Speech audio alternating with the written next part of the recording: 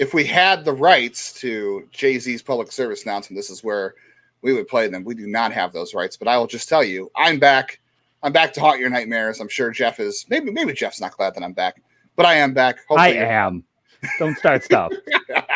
Jeff's glad I'm back. Hopefully you're glad I'm back. We got a lot to talk about. Let's have some fun. Let's go! You are Locked On Guardians, your daily podcast on the Cleveland Guardians, part of the Locked On Podcast Network, your team every day.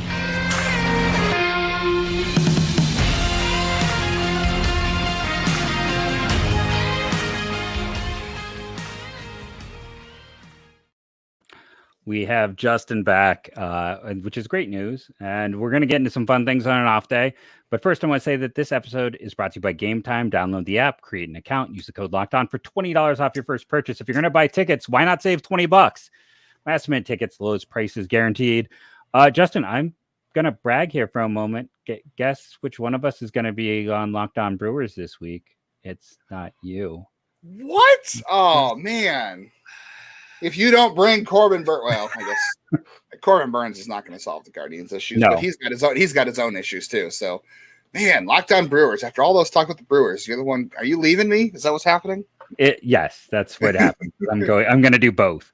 I know. I got the DM. I mean, it's been crazy. I've got it for whatever reason. The week you left, I got like 10 DMs to pop on radio shows and or podcasts, and I couldn't do all of them. Apology to Everyday or Chuck. Go ahead, my blanket on the podcast that Chuck at the corner. At the corner. Sorry, Chuck.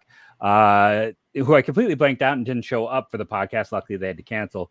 But I did a radio station in Arizona last week, doing Locked On Brewers. Did like a San Diego one. Got asked to do one in Philly. It's been weird. You leave, and I was just standing in your way, huh? I guess demand jump once you're out. People were like, I was standing in your way, man. Know, let me get out. Let me let the light shine on you. I'll get out of your shot. I guess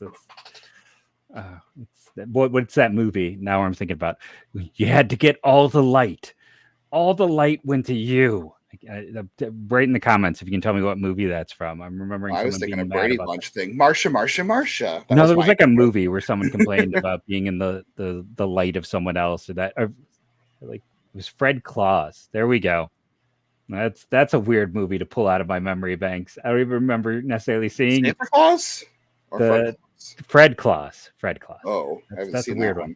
I am not ready to talk about Christmas here. Let's move on. Let's move on very fast. Let's move on. Wow. I can't believe that's where we got to. So we have a lot to get to.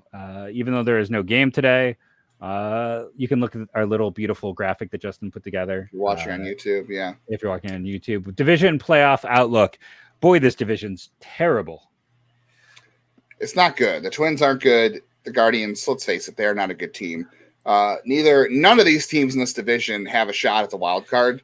So the only path for anybody in the AL Central is to get is to win the division somehow. The White Sox, there's rumors about them trading players. Some of there's like Bob Nightingale, take that for what it's worth sometimes. But he's talking about some veterans on that team. They want out. They want to be traded. They're not going anywhere very fast. They're 11 games below 500. So as bad as the Guardians are, the White Sox are in a mess. And somehow while I've been gone, the Royals have decided to become the worst team in baseball. That's fun. 100% the worst team in baseball. So at this point, I know that people are like, could Wake Forest beat the Royals right now? That's a silly question. The answer is always no. The answer is always no in any sport. Yeah. But I have to, the Royals are bad right now. Better question. Could Paul Skeens shut down the Royals? Well, yeah, that's an actual question. I think Paul Skeens could shut down the Guardians right now. Yeah, several other teams. Dad could, yeah. No, I just wanted to ask you at this point, we're 70 something games in here. There's less than 100 games to go. We're going to talk about the pitching complications in our next segment about with Bieber, the trade, trades with him, the McKenzie injury, all that stuff. But at this point, you have to ask. Everyone's getting ready for the draft. You have to ask if the Guardians are going to be buyers or sellers. They're still in contention for the division. You've got Jose Ramirez. You've got Bieber, who knows what's going to happen there. But it's do you play it out with who you've got on your roster at this point and figure out who to go with? Because the only guy, and Bo Naylor's up now. I'm glad nothing big happened while I was gone, by the way. I'm glad no big decisions were made. I told you something big would happen. I just assumed it'd be Bieber. I didn't think it would be Bo Naylor. But I called that back in May. That, of course, the minute you leave, we'd have some kind of major thing occur. But remember, we thought it was going to be Tanner Bybee pitching. Yeah, we thought it'd be Bybee. Yeah, so it ends up being Bo Naylor. So you've already got one of your pieces up now to see how that goes. But, there's the Bieber situation. Will Brennan's been playing a little bit better. The only guy you're really calling up at this point to hope from the minors is George Valera, but he just got back off the IL for a second time this year, and he's just now getting back into Columbus. So and maybe Rocchio. Rocchio's showing some range. He's doing some things. Those are your two. I mean, they're never going to do it, but that would be your other one. Right. So do you stand pat with what you have and see where it goes? You try it because, I know everybody wants to trade Bieber for some great package, but I think we both agree if they do trade Bieber during this race that he's not. You're hoping. Return. Right, you're hoping for the Mike Clevenger return at best, and that might be even. No, you're not getting that because Clevenger was a top 10 pitcher at that time who was still missing bats, and he wasn't. The reason he wasn't pitching wasn't health. There had been health concerns, but it was more about the suspension. You're getting to me the Trevor Bauer return, which is, a guy who can help you now, who's got some warts. Franmil. And then you got Puig as well, who was like a kind of a throw-in piece. And then you got Logan Allen, who was a kind of a fallen top 100 type of guy, but a back end. And then Victor Nova was like your lotto ticket. Nobody. Scott Moss is in that trade too. Oh, and Scott Moss. I forgot about Scott Moss. Thought he could help. Yeah. Hey, at the time you bet on Cincinnati guys doing better once they left Cincinnati. They targeted those guys for a while. Yeah, not now. Now Cincinnati is the best team in the state, right? I mean, they're doing a great job in development, but I mean, they are. I think they're better than the Guardians right now. But also, I had someone say that, Cincinnati would trade for Bieber. No, that's not happening. They're not accelerating for a year and a half. Here's the thing with Shane Bieber. At the end of the day, he still can't miss bats. That's the most important thing in the postseason. As much as everyone wants to make a big deal about past success, it's still going to be a limited market. And here's the thing, there's always going to be pitching. There's going to be teams that fall out of this, the White Sox. And something that people don't believe me on, if you are a team, let's say like Arizona, if you are a team, let's say like Cincinnati, and you're competing, you maybe don't want to pay the cost for Shane Bieber for 1.5 years. You might actually prefer the cost on a rental like Giolito because it's so much cheaper and it's not going to eat into your prospect pool. So if you're trying to get into the postseason, or you're fighting for a wild card or at the top of your division, you might want to pay the lesser cost figuring, hey, our young guys, Brandon Pafat, or however you say his name, is going to help us in a year. I know he hasn't been good this year, but you're counting on your development that is working at least with your hitters. So I think in some regards, those young teams, the Pirates, the Diamondbacks, maybe even Baltimore aren't going to want to pay an accelerated or higher cost. I think they'll look at rentals before they look at a Bieber. Because, yes, while they're looking for next year, Bieber also hasn't been good. It's been diminishing returns. He's been Kyle Gibson this year. On most of these teams, the Rangers. No, I mean on most of these teams, he's a third starter. He'd be a third starter for Arizona. Baltimore is probably the number one, but most of these other squads, he's three. We talk about the Pirates. The Pirates are kind of in the same situation as the Guardians. Yeah, he'd be two. I mean, I think Mitch Keller would be their one. I'm not saying where he pitches. I'm saying if you're talking about them going for a rental like Giolito, the Pirates are in the same situation as the Guardians, where they are still an up-and-coming team who is in a bad division fighting for a playoff spot unexpectedly. Now, obviously, the Guardians were expected to make the playoffs this year because of last season, but last season wasn't that expected. So the Pirates, in essence, are the Guardians of 2023 from 2022, but they're in the same situation. They're 2.5 out. They're in a bad division. They're below 500. They can hang around. So I don't see them. I don't know. I don't see a case for them. If we say the Pirates could go after a rental, then I guess the Guardians could too. I mean, it's a little far ahead. There's still a lot of time to, figure out where they're going to be.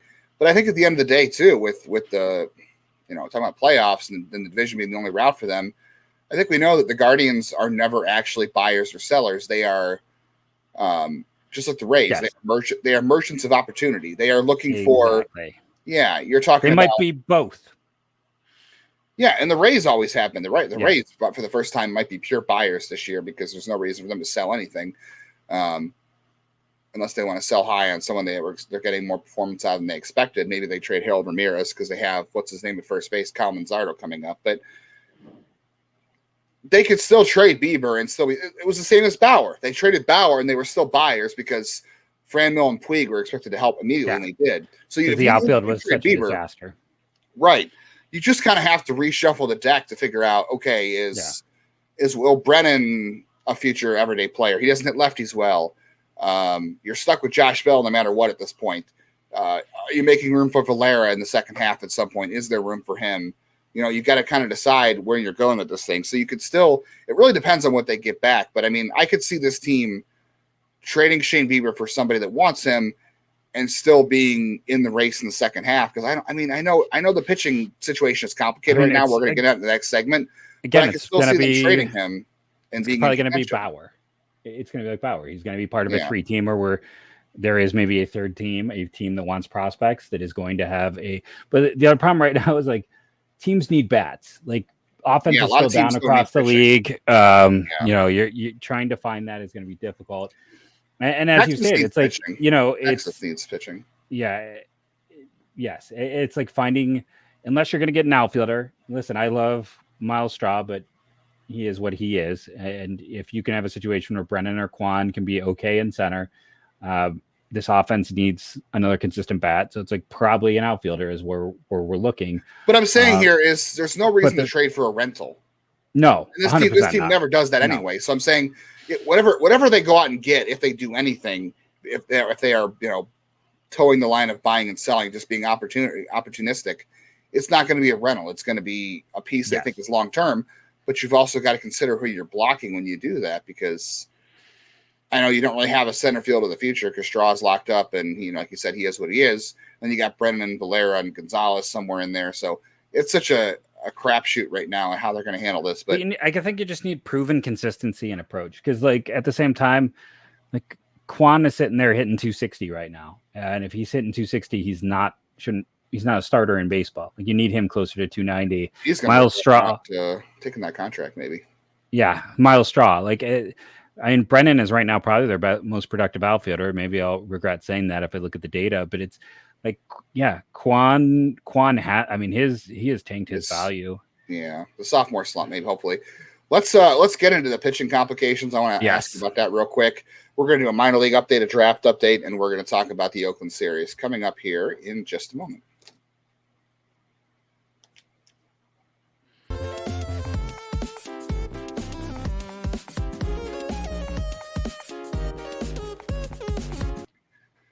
If you are trying to go to an event this summer, everything's heating up. There's outdoor concerts, indoor concerts, baseball games, all kinds of stuff going on this summer. Don't be stressed out about buying tickets. GameTime has flash deals, last-minute tickets, easy to find. They have the seat viewer, so if you're one of those people like me who likes to see what kind of seat you're getting before you buy the tickets, if you're unsure, and GameTime also has the lowest price guarantee. They have event cancellation protection, all that stuff. So get images of seats before you buy, know exactly what you expect, buy tickets in a matter of seconds, 2 taps, and you are set to go. They'll be sent directly to your phone, so you never have to look through your email. Snag tickets without the stress with GameTime. Download the GameTime app, create an account, and use code LOCKEDONMLB. You're going to get $20 off your first purchase. Terms apply. Again, create an account and redeem code LOCKEDONMLB for $20 off. Download GameTime today. Last-minute tickets, lowest prices, guaranteed.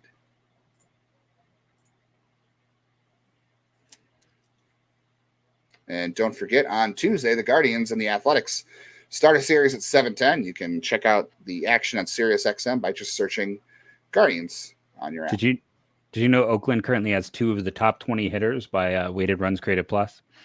Ryan Noda and Brent Rooker still? Yes. Oh my God. And a former Guardian is 3rd overall. Ooh. Yandy Diaz, 3rd best hitter in baseball. Oh, I thought you meant Oakland. Okay. No, former Guardian. I knew you meant on Oakland. There's a former Oakland player at 11, certain catcher. I don't think we ever talked about on the show, so we can just roll past that. I don't know who you're talking about. No, you wanted to mention something about catchers today, too. So I'm just going to go ahead and throw this out there. So right now, a lot of people are like, oh, they blew it with catchers with Zunino. And like, here's the thing. Zunino was a worthwhile gamble. If you go across the league right now, catchers with a runs created plus over 100, you have Sean Murphy, Jonah Heim, Adley Rushman, JT Realmuto, Salvador Perez, and Elias Diaz, who has been on a massive decline. So if you look at the 3 Toronto guys from this offseason that everyone wanted, what do they have in common? All of them have been below league average bats, and none of them have established themselves as starters. Look at Christian Vasquez. He's at about a 60 weighted runs created plus. Basically, you got Sean Murphy or you got crap. So Kirk is at the IL too, by the way. Alejandro Kirk is at the IL. Yes, and Moreno has had some time on the DL as well. And he split time with Carson Kelly. So basically, long and short of this is, listen, Bo Naylor is interesting. I think at best, he's probably going to be a slightly below league average defender. He's going to have some mental lapses, just like his brother. There are those points you see him just blank out, for lack of a better word. I for someone who has ADD, I call them the ADD moments. I see those. I have those. That's how I label them personally.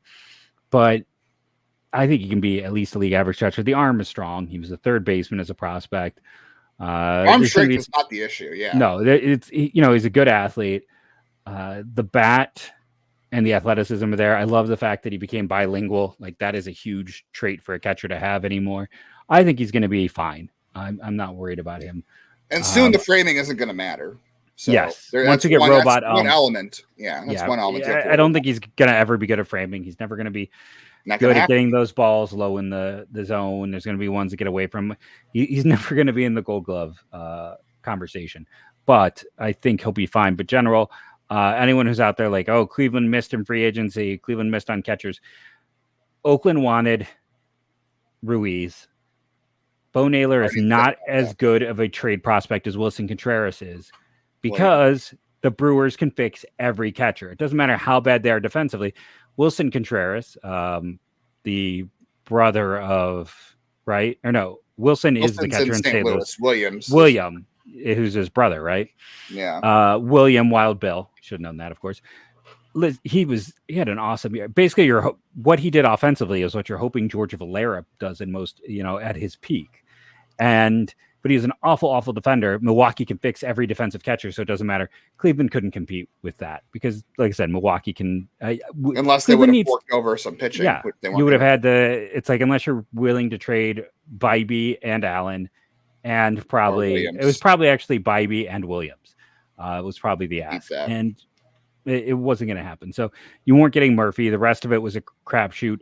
I'd rather have not overpaid for Gabriel Moreno, who has not done much. Yes, Gurriel is hitting great for Tampa, as Fever Dog pointed out to me, but still trading, what am I blanking on? Varsho, who's also not having a great year. I mean, Gurriel's been the best, but pay a high price for them. No, thank you. Kirk isn't a strong catcher. Jansen is close to free agency. Pay Vasquez a lot. And no, it hasn't worked out for anyone. So catching is impossible to do. That's why if they do trade Bieber, their lotto ticket should be a catcher. And I've said it before in this podcast, I'll say it again, much like the NFL draft, where you should draft a quarterback every year is a thought that draft a catcher every year. Draft 2 catchers every year. Draft one with an offensive upside and one with a defensive upside, and hope that one of them can get to the middle on the other. Draft 2 every year. And if the guy with the offensive upside doesn't work at catcher, maybe he moves to another position. But if the guy with the defensive upside doesn't work, hey, maybe he's a backup. Or maybe they're nothing. But you should draft 2 catchers every single year. I'm going to state that. It's better than Cleveland, where they've been rolling out the retreads. I mean, I understand they put such a valuation that they like these retreads, who know the system well. But man, they need to add some more catchers. Logan Clark put in a ton of time last offseason, and he's one of the more interesting under the radar guys. But I mean, you want to make a case right now with all the promotions. He's the most interesting catcher left in the minors, outside of maybe Lavastida, who is starting to play better. Yeah, thankfully for him. The only thing I'll say about Naylor too, and is if the framing isn't good, which eventually that's not going to matter. If it's next year or if it's 2025, eventually the framing's not going to matter. The blocking is where he has to get better at, and then throwing obviously is important because he's had a hard time throwing runners out this year. That's something. I mean, the arm isn't the issue; it's a mechanical thing. Hopefully, Sandy Alomar can help him there at the big league level. Just hire the Brewers guy. I appreciate Sandy, but whoever the Brewers guy is, go get him. That is my number one offseason priority. Hire the Brewers catching wizard. The only thing I'm not worried about too with Naylor, though, I will say, is working with the pitching staff. And that's the thing that they value the most is you can see why that's why they like Cam Gallagher so much, is because he makes the pitchers feel comfortable. And maybe part of that is blocking too. So that's something that we worry about with Naylor. But being on the same page as your pitchers and knowing what's working for them that day, what's not working for them that day. That's what Cam Gallagher has been so good at. That's why the pitchers like throwing to him. And I think the Guardians have said over and over again how much attention to detail Naylor pays to that. And like you said, the bilingual thing. But Austin Hedges, Roberto Perez, and Cam Gallagher, and Sandy Leon. Yeah, okay, the pitchers like throwing to them because they're on the same page. He's paying attention to the game. He understands what's going well for them, what's not going well for them. The blocking thing may be an issue about spiking curveballs in the dirt, things like that. But if you know what's working for a pitcher on that day, if you know the scouting reports, if you're in every single detail, and that's why the Guardians were willing for so long to give up on hitting for catching because of that. That's not going to be the case with Naylor. Eventually, the bat will play. I think we both can agree with that. I mean, it may not be always so pretty, but there's walks and homers. He'll be kind of a true outcome guy as a hitter, and he may struggle against lefties. But if he works with the pitching staff every day, and he can work with his pitchers and stays on point with the game plan and knows what's going well for them and knows what's not working for them and can adjust. That's what you want to look for him, because that's what I like about Cam Gallagher. So I'm gonna jump in here. We better jump into pitching so we have some time for segment 3 for just a teeny bit of draft and prospects as I look at the time now. Okay, so my pitching question to you was, I think we both they haven't said it yet, but I think we both agree Hunter Gaddis is probably pitching in McKenzie's spot Wednesday. Yeah. Do you think that, Bybee had a better start against Arizona. I know things didn't go his way against the Padres the other week. 3 out of 4 have been rough for him. And Logan Allen's had back-to-back rough starts. Yeah. How complicated are things with Bieber right now? Because, I don't think they're going to let that fog them, but you've had the rookie pitchers have a couple of rough outings here. Now McKenzie's hurt. There's been no update on Quantrill. I expect we would get a McKenzie update on Tuesday morning. Well, we've had 2 bullpens for Quantrill, right? Yeah. So at least we have that. Like, he's getting close enough when we're getting bullpens. I do, and I talked about it on yesterday's show. I do really feel like the reason they specifically sent down Morris was kind of oh crap, let's extend him. Like all of a sudden he's gonna turn into a starter again. I don't know if that's the full on case, but that was kind of my thought process the minute that we saw that kind of pop up there. And you're gonna have a lot of people asking about Williams. It's not gonna be Williams. No, it's not gonna be him anytime soon. Yeah. I don't think it's so, and I think Gaddis will get more opportunities. I think he's shown some things where they feel somewhat comfortable with him being in that role. So it's just rough timing to have Allen and Bybee both have a couple of rough starts and then have McKenzie get hurt. Bieber being Bieber this year, and well, the pitching, they had amazing health a year ago, and then it's just not as amazing this year.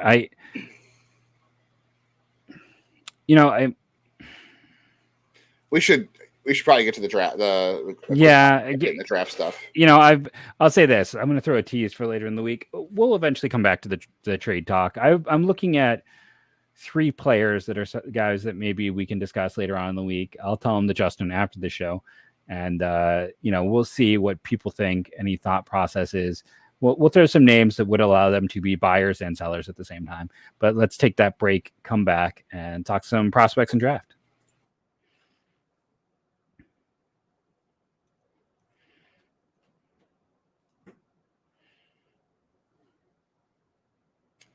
Don't forget to check out the Guardians on Sirius XM against the Oakland Athletics on Tuesday.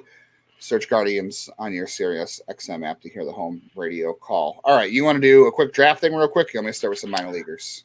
Yeah, I think the one thing watching this postseason that should be pretty clear, there's been a lot of weird boards and mocks.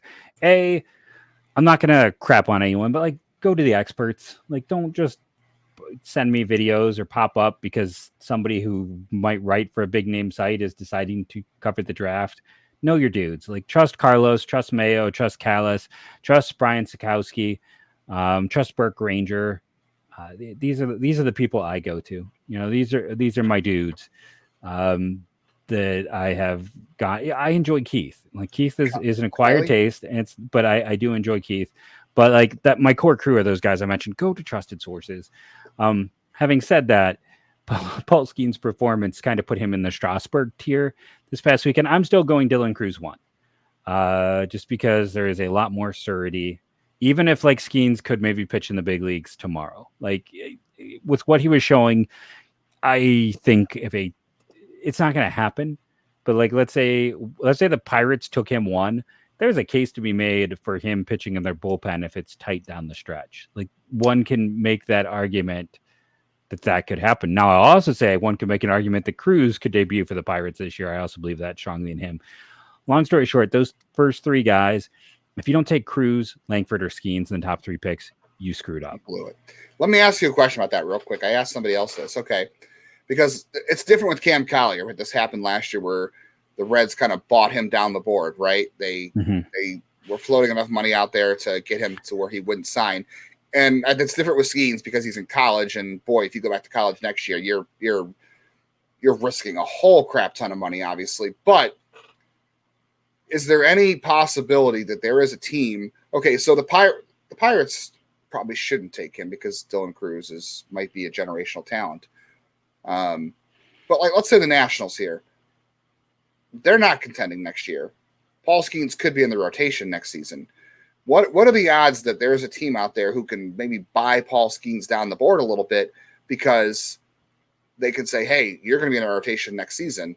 We'll offer you this, versus teams like the Pirates are close enough, but like the Nationals and the Oakland Athletics, where they're like, hey, we don't want you in the rotation next year because we're not ready to have you in a rotation with our current situation. Is there even like a 1% chance where a team can buy him down the board enough because they see him being part of the rotation next season, whereas Washington or Oakland is not in that case right now?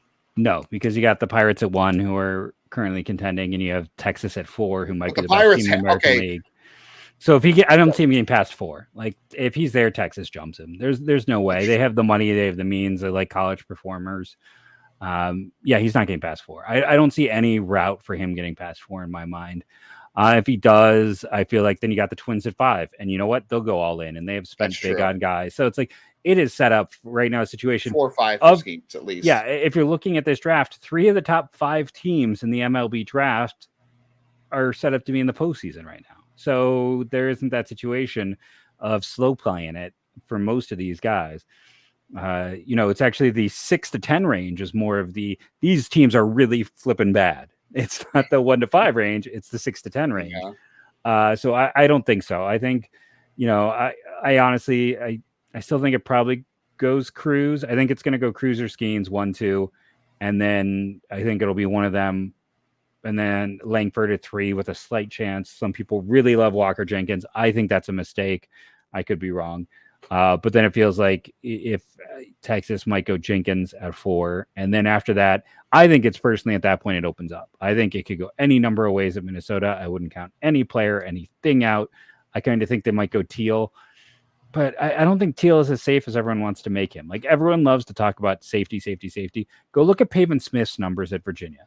They are very close to Kyle Teal. Virginia hitters are a different animal. And I'm just saying, like, no one is. And Teal's whole thing is like, he's got good but not great. And I'll tell you what, it gets you fired drafting a lot of guys who are good but not great at anything. Right.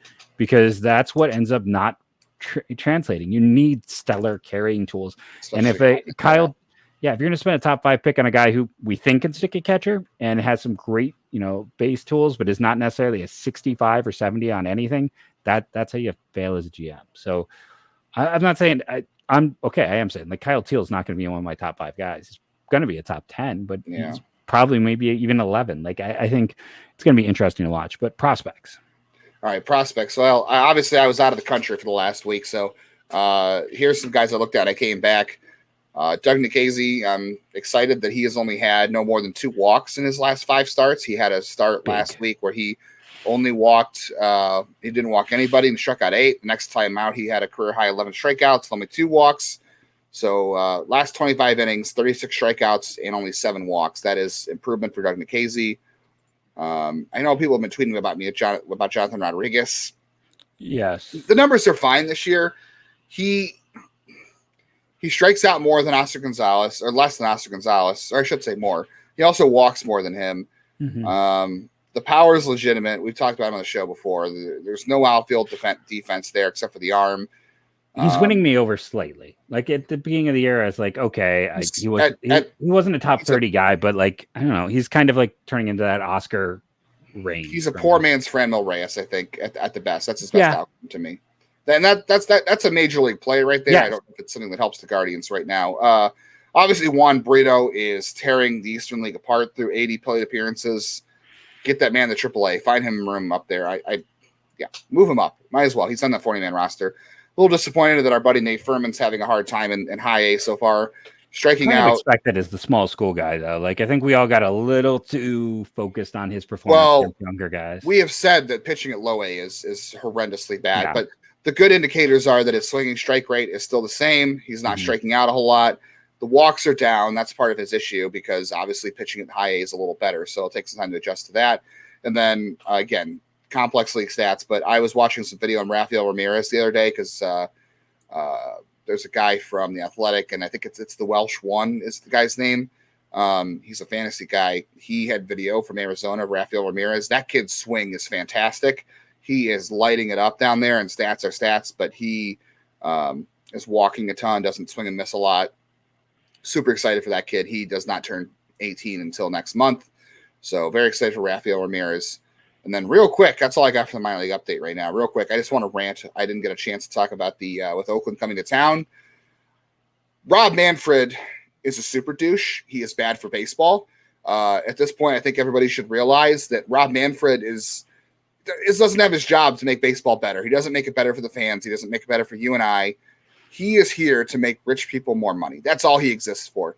And most of these guys who own teams, they either inherited the team from their dad or they inherited their money from their parents. Okay. A lot of these guys aren't self-made. Rob Manfred is just there to get these guys bigger paydays, no matter how he goes about it. His comments are brash. He does not give a crap about the sport. He's bad for the sport. With Oakland coming to town, Guardians attendance is up. That's great. Great to see. And I don't want to see that. I don't want to see the Guardians attendance get hurt, but I would like to see a protest for the Oakland Athletics fans where there is a day or a weekend across baseball where we have as little fans at the ballpark as possible, because I would love to hurt the owners' pockets. I would love to. I know a one day or one weekend isn't going to make the big difference, but I'd love just to see a show of support where as few people as possible are going to games across all ballparks for one weekend or one day to give, a gesture that I won't mention on the air to Rob Manfred. Rob Manfred is going to kill this sport if it's the last thing he does. He needs to go. Rob Manfred needs to get the heck out of this sport. I'm so done with that guy, and screw what he did to the Oakland Athletics. I agree. He's remember, his job is to put more money in billionaires' pockets. Yes, he is not. The commissioner's job is no longer to be a steward of the sport. It is to put more money in rich people's pockets. So if you think that I don't know, the Dolans are bad for the sport or whoever, Rob Manfred is the worst thing that has happened to baseball. Not the rule changes. The rule changes have nothing to do with this. It's just literally he is all about money in the owner's pockets, and they're not going to spend more because they have more money in their pockets. That doesn't make a difference. No, I agree. And he's never going to go. Yes. No. So we don't go too long. I want to thank everyone for listening, rating and reviewing. Downloading helps. I want to thank every one of our everydayers out there. I was trying to think, just going through the comments, our everyday bots that pop up. Scott Hauser's had a lot of questions late in there. So shout out to Scott. I saw we were about 70th according to Chartable this week on the downloads. Now Justin's back. We should easily be in the top 50. So make sure you are doing your part, downloading daily. Or we'll go down. I'm back. Well, hopefully we're going to get the first sweep of the year coming up with Oakland and then Milwaukee and then Kansas City. It's overdue. And we got 2 cupcakes lined up. Comment of what your favorite cupcake is below. Thank you for listening, and go Guardians, go.